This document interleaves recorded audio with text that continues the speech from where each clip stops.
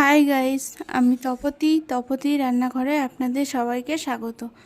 আজকে আপনাদের বানিয়ে দেখাবো চিংড়ি মাছের মালাইকারি। চলুন রেসিপিটি শুরু করা যাক। এই যে চিংড়ি মাছ নিয়ে নিয়েছি, নুন হলুদ আগে থেকে মাখিয়ে রেখেছি। গ্যাসটা অন করে নেব।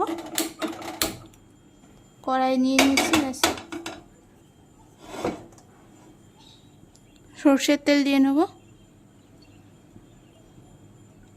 তেলটা গরম হয়ে গেছে, এবার চিংড়ি মাছগুলো ভেজে নেব।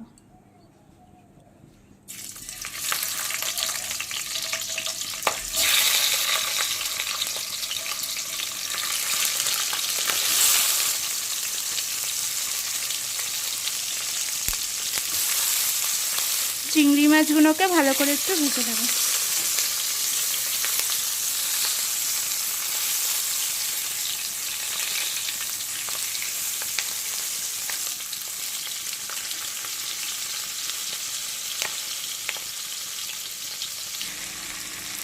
আমাদের চিংড়ি মাছগুলো ভাজা হয়ে গেছে, এবার তুলে নেব।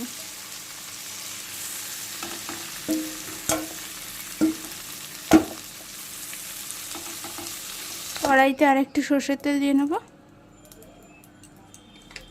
আর এখানে ফোড়নে নিয়ে নিয়েছি 3টে এলাচ, লবঙ্গ, দারচিনি, একটু চিনি আর একটু গোটা জিরে, তেজপাতা। এবার ফোড়নটা দিয়ে দেব।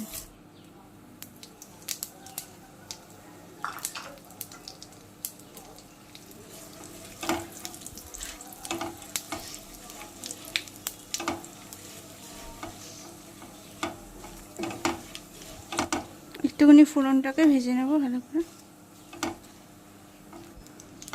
ফোড়নটা ভাজা হয়ে গেছে, এখানে পেঁয়াজ আর টমেটো বেটে নিয়েছি, দিয়ে দেব।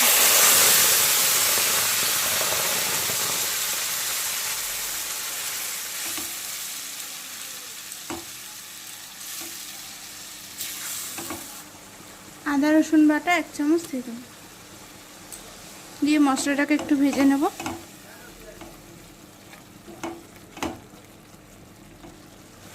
আর 4-5টা কাঁচা লঙ্কা দিয়ে দেবো।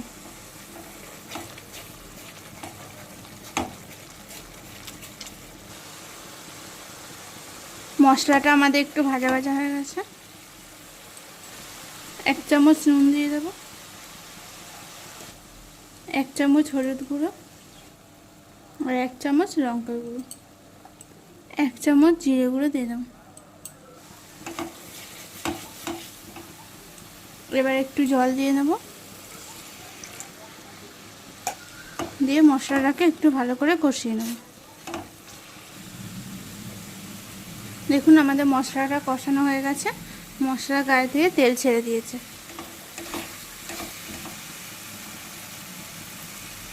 এবার নারকেলের দুধটা দিয়ে দেব।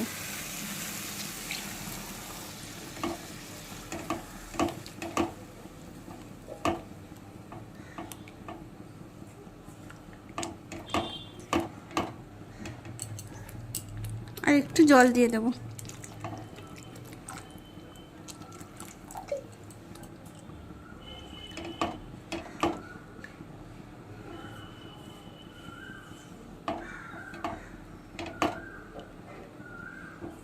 দু মিনিটের জন্য ঢাকা দিয়ে ফুটতে দেব।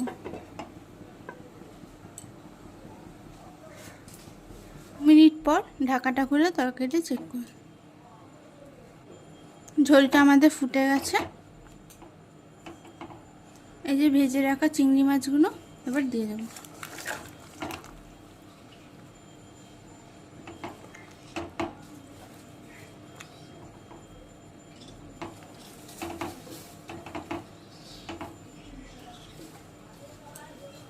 ঢাকা দিয়ে 2 মিনিটের জন্য রান্না করে নেব। 2 মিনিট পর ঢাকাটা খুলে চেক করে নেব।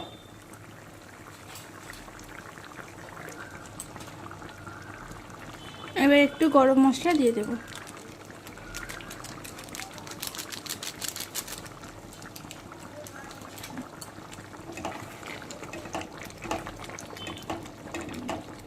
তরকারিটা হয়ে গেছে, এবার নামিয়ে নেব।